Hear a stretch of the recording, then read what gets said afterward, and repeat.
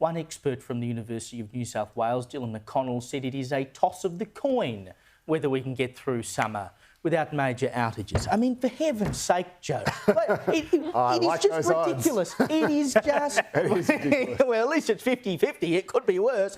But, you know, here we are. I know we have this discussion every year, but it doesn't get any better each year. No, we've been having it for longer than that, and it is just an omni-shambles as well. And yet again, it's not just green power that's to blame. That's a bit, but it is a complete lack of preparedness. It's like when South Australia went completely black because they simply, you know, one of the two giant cables that connects it to the eastern seaboard, the super connectors, one just went, and the other one they just kind of, oh, I forgot to, I meant to get around to that, meant to fix that, and they simply hadn't. And so the whole state is suddenly gone. And of course, everyone blames the wind and solar because that wasn't enough to do it on their own. And it was never meant to be.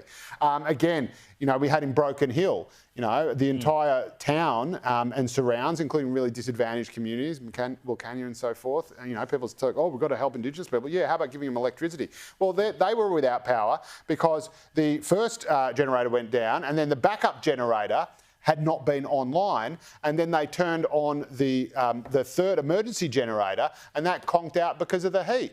When are you going to need a generator? When it's hot. Works well when it's snowing in Broken Hill, but not when it's hot. Oh, did Broken Hill get hot? Oh, I didn't know that.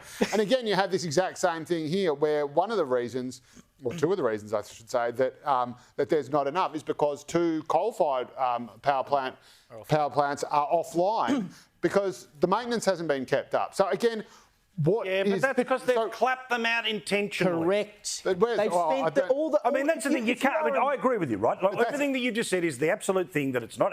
That it's all back to this, and it's all this.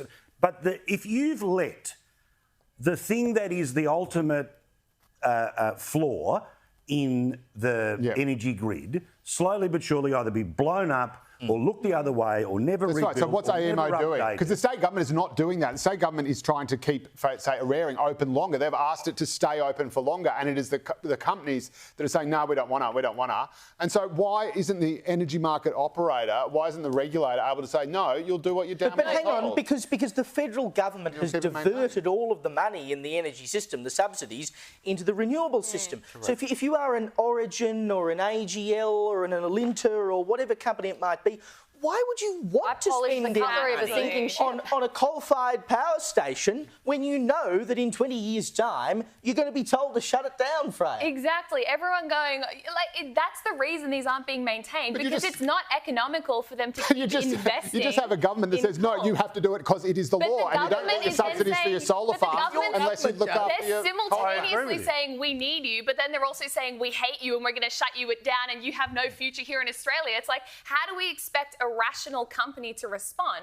Obviously, they're going to minimise risk and go, okay, you're telling us to get out, you're telling us we're not needed, we won't invest. I do not understand how they are legally able to do that. I can understand why they might want to. You know, I might want to let my, you know, Falcon just run into the ground, which it currently has, and it's costing thousands, doing my head in. But again, that doesn't mean I'm allowed to drive it wherever I want. Why isn't the government, why isn't AEMO or the state or the federal government able to say, no, you have to meet these certain standards of maintenance, and if you haven't, then there are penalties involved, and there's your financial incentive. Well, no, I get the point, but you can't, with one hand, tell the market operators, or not the market operators, but the operators within the market, that they have to behave in a certain way with a piece of infrastructure that they're going to be expected to take offline in a few years' time, and then expect them to also go and spend all their money building the stuff, the new stuff, the renewable that you want them to do.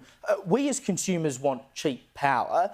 They as businesses simply want to do what will make them the most money, and you can totally understand that. Why would they want to operate in a market where they're dictated that they've got to do two different things?